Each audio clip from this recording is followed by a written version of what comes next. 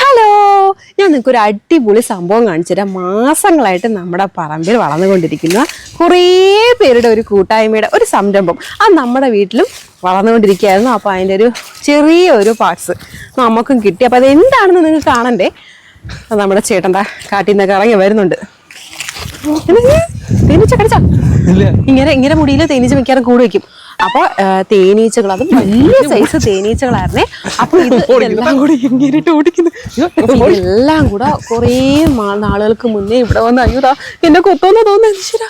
അപ്പൊ ഇവിടെ വന്ന് കൂട് വെച്ചിട്ടുണ്ടായിരുന്നു. നമ്മുടെ പ്ലാവിലായിരുന്നു. ഒത്തിരി പേര് ഇതെനക്ക് പറഞ്ഞിട്ടുണ്ടായിരുന്നു, ഇത് നമ്മുടെ പ്ലാവിൽ ഇങ്ങനെ താമസിപ്പിക്കരുത്, കാരണം എന്ന് വെച്ചാൽ കുഞ്ഞുങ്ങളൊക്കെ ഉള്ളതാണ്, അപ്പൊ അത് ഉപദ്രവിക്കുമെന്ന്.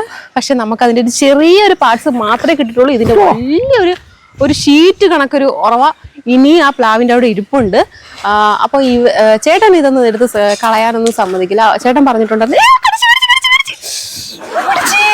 പറഞ്ഞാ കേൾക്കൂല, മൊത്തം വരും, ഒരാളെ അടിച്ചാൽ മൊത്തം അറിയും.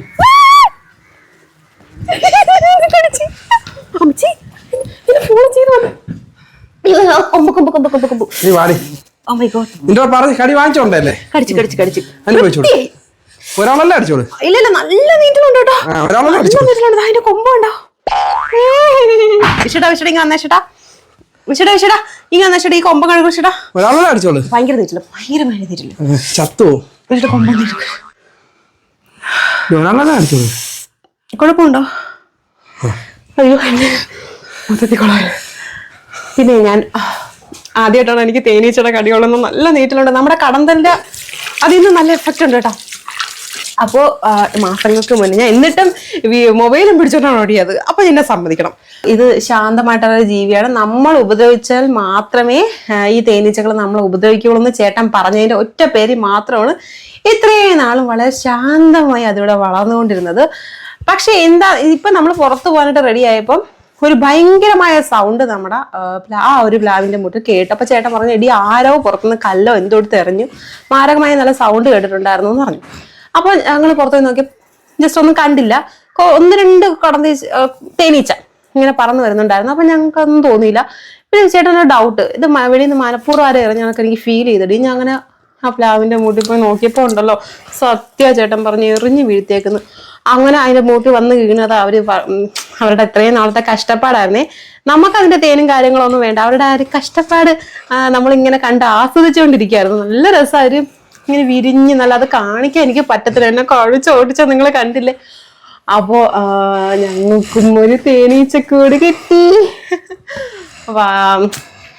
കഷ്ടല്ലേ, പാവം. അതിനകത്ത് തേനൊക്കെ ഉണ്ട്. തേനൊക്കെ എടുക്കാമെങ്കിൽ പോലും എന്തോ എനിക്കത് ഞങ്ങൾക്കൊക്കെ അത് എടുക്കാനൊരു ബുദ്ധിമുട്ട്. പിഴിഞ്ഞൊക്കെ എടുക്കാന്ന് തോന്നുന്നു. പക്ഷെ പാവം അല്ലേ, അവരെത്ര നാളുകൾ കഷ്ടപ്പെട്ടായിരിക്കും. എന്നൊക്കെ വിചാരിച്ച് ജീവിക്കാൻ പറ്റുമല്ലേ. അപ്പൊ ഞാൻ നിങ്ങൾക്ക് ആ തേനീച്ചയുടെ കൂടെ ഒന്നും കൂടെ കാണിച്ചു തരാം കേട്ടോ. കടി കിട്ടിയപ്പോ എങ്ങോട്ട് ഓടിയെന്നറിയാമേ, നല്ല നീറ്റുണ്ട് കേട്ടോ. ഞാൻ കാണിച്ചു തരാം ചേട്ടാ. ചേട്ടൻ ഇവിടെ ഞാൻ കാണിച്ചു തരാം കേട്ടോ. കുഞ്ഞുങ്ങളായി പോയി. ഈശ്വര പാവല്ലേ, നിങ്ങൾ കാണുന്നുണ്ടോ? അതിൻ്റെ അകത്ത് കുഞ്ഞുങ്ങളുണ്ടോ? മുട്ടയുണ്ടോ? മുട്ടയുണ്ടോ?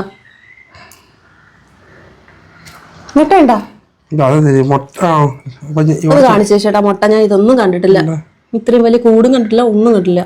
നോക്കട്ടെ, ഇത് തേനാണോ? ഇത് മൊത്തം അഴുക്കായല്ലേ.